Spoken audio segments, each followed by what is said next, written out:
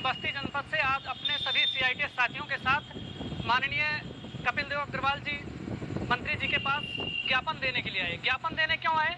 क्योंकि हमारी समस्याओं को सुना नहीं जा रहा है। पिछले 6 साल से मेल करके, ट्विटर करके, विभाग को बाई पोस्ट एप्लीकेशन भेज करके हमने अवगत कराया कि ITI में अनुदेशक के पदों पर भर्ती किया जाए, लेकिन अभी तक हमारे किसी बात का प्रत्युत्तर नहीं दिया गया है, यहाँ तक कि संज्ञान में नहीं लिया गया। आज हम लोग मजबूरन हमको लखनऊ आना पड़ा माननीय मंत्री जी को ज्ञापन देने के लिए।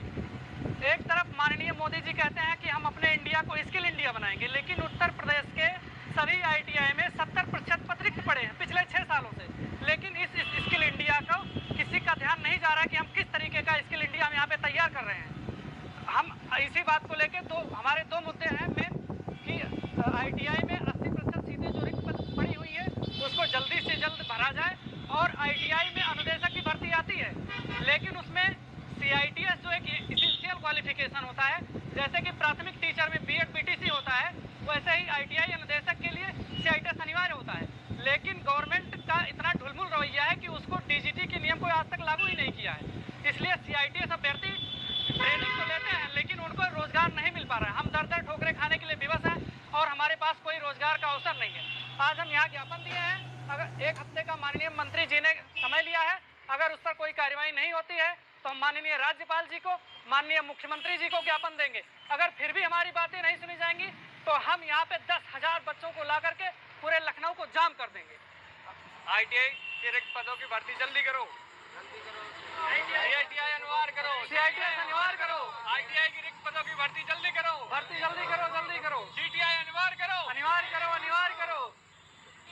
अपना परिचय दे दो। हाँ, मेरा नाम श्रद्धानंद यादव है। मैं जिला संत कबीर नगर का रहने वाला हूँ और मैं अपने माध्यम से ये बात सामने रखना चाहता हूँ कि जो अनुदेशक भर्ती है 2014 के बाद से कभी भी नहीं हुई, जिसके कारण से जो है ITI में अनुदेशक की भारी कमी हो गई है वर्तमान समय में।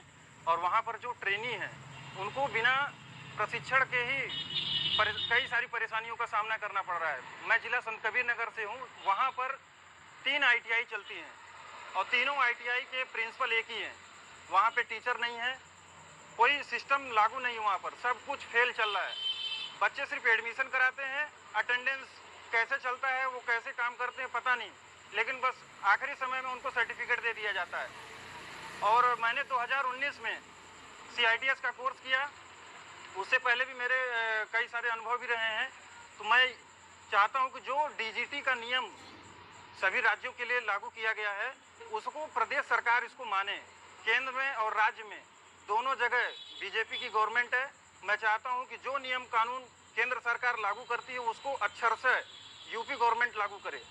और दूसरी चीज़, भर्ती नियमावली में जो फरवरी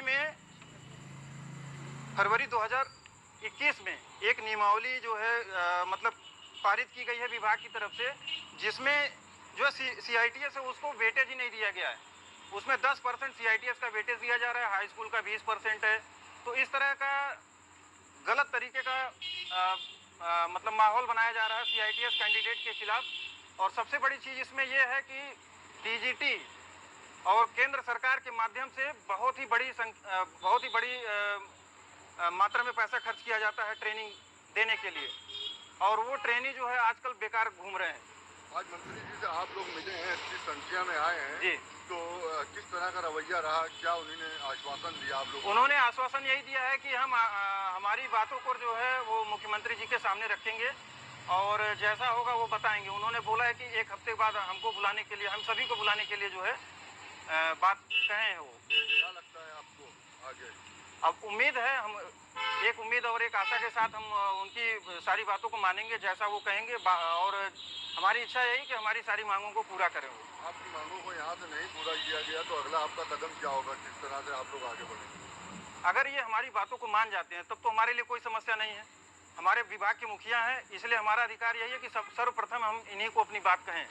अगर ये बात हमारी नहीं मानते हैं तो आगे का कदम हमारा यही रहेगा, हम CM साहब के पास, राज्यपाल के साहब के पास, सबके पास जाकर के ज्ञापन देंगे और अपनी बात को रखेंगे।